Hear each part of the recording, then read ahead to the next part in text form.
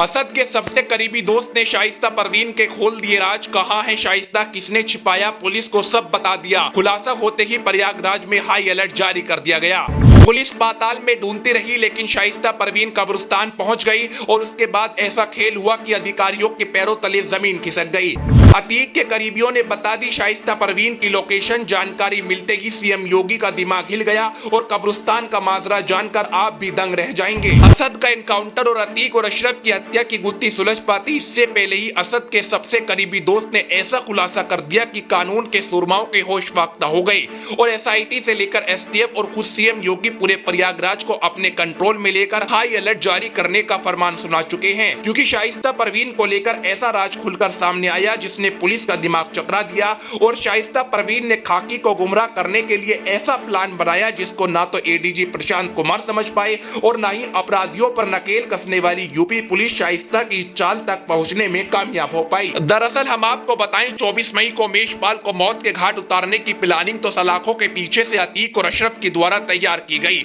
लेकिन इसको जमीन पर उतारने उमेशपाल के हत्यारों को पैसों से लेकर हथियार मुहैया कराने की जिम्मेदारी शाइस्ता परवीन ने अपने कंधों पर ली और दिन दहाड़े उमेशपाल को गोलियों से भून दिया गया। जिसके बाद सीएम योगी का गुस्सा अतीक के परिवार पर फूटा और बेटे से लेकर पति और देवर पर बैक टू बैक सख्त एक्शन लिया गया। लेकिन अब बारी शाइस्ता परवीन की थी, लेकिन खाकी शाइस्ता परवीन को पकड़ पाती इससे पहले ही वे फरार हो गई और उसको धर दबोचने की जद्दोजहद बहुत तेज कर दी गई है। और अतीक और अशरफ के करीबियों पर लगातार दबिश दी जा रही है क्योंकि सीएम योगी का सीधा आदेश है कि अगले कुछ दिनों में शाइस्ता परवीन सलाखों के पीछे होनी चाहिए। शाइस्ता को पकड़ने के इस ऑपरेशन के क्रम के तहत जब पुलिस असद के दोस्त के पास पहुंची तो उसने पुलिस के आला अधिकारियों को ऐसा राज बताया कि पूरे प्रयागराज से लेकर उत्तर प्रदेश के कानून के आला अधिकारी भी दंग रह गए, क्योंकि किसी ने नहीं सोचा था कि शाइस्ता परवीन प्रयागराज के अंदर होने के बावजूद भी खाकी उसे पूरे देश भर में ढूंढने का ऑपरेशन चलाएगी और अतीक और अशरफ की मौत के बाद कसारी मसारी कब्रिस्तान में पहुंच जाएगी। असद का सबसे जिगरी यार अतीन बताता है कि शाइस्ता परवीन अतीक और अशरफ की हत्या के बाद बिल्कुल टूट चुकी थी और जिस दिन अतीक और अशरफ की हत्या की गई उस दिन शाइस्ता परवीन प्रयागराज के अंदर मौजूद थी, लेकिन कानून के सख्त पहरे को देखते हुए शाइस्ता परवीन कब्रिस्तान में तो नहीं पहुंच पाई,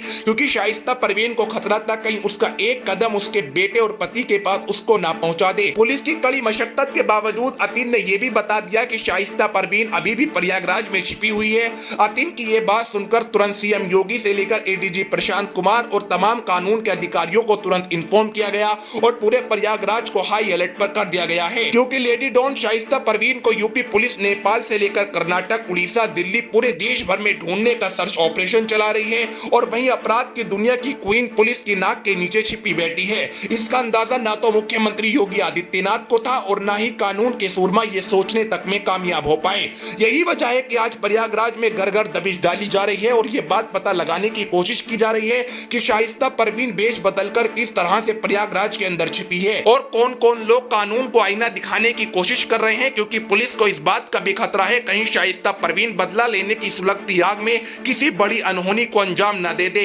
इसलिए उसका गिरफ्तार होना खाकी के लिए एक बहुत बड़ा चैलेंज भी है। लेकिन बेश बदलकर कानून के बड़े बड़े दिग्गजों के बीच से प्रयागराज पहुंचना और कब्रिस्तान के करीब पहुंचने वाली लेडी डॉन शाइस्ता परवीन की आज भी प्रयागराज के अंदर किस तरह की पकड़ है, ये इस बात का पुख्ता सबूत है। लेकिन अब देखना होगा सीएम योगी जितने सख्त एक्शन में आए हैं उसके बाद यूपी पुलिस कब तक शाइस्ता परवीन को गिरफ्तार कर पाती है। इस पर आपकी क्या राय है कमेंट में बता सकते हैं और हमारे चैनल को सब्सक्राइब कर लीजिए। अभी के लिए फिलहाल इतना ही, बने रहिए हमारे साथ।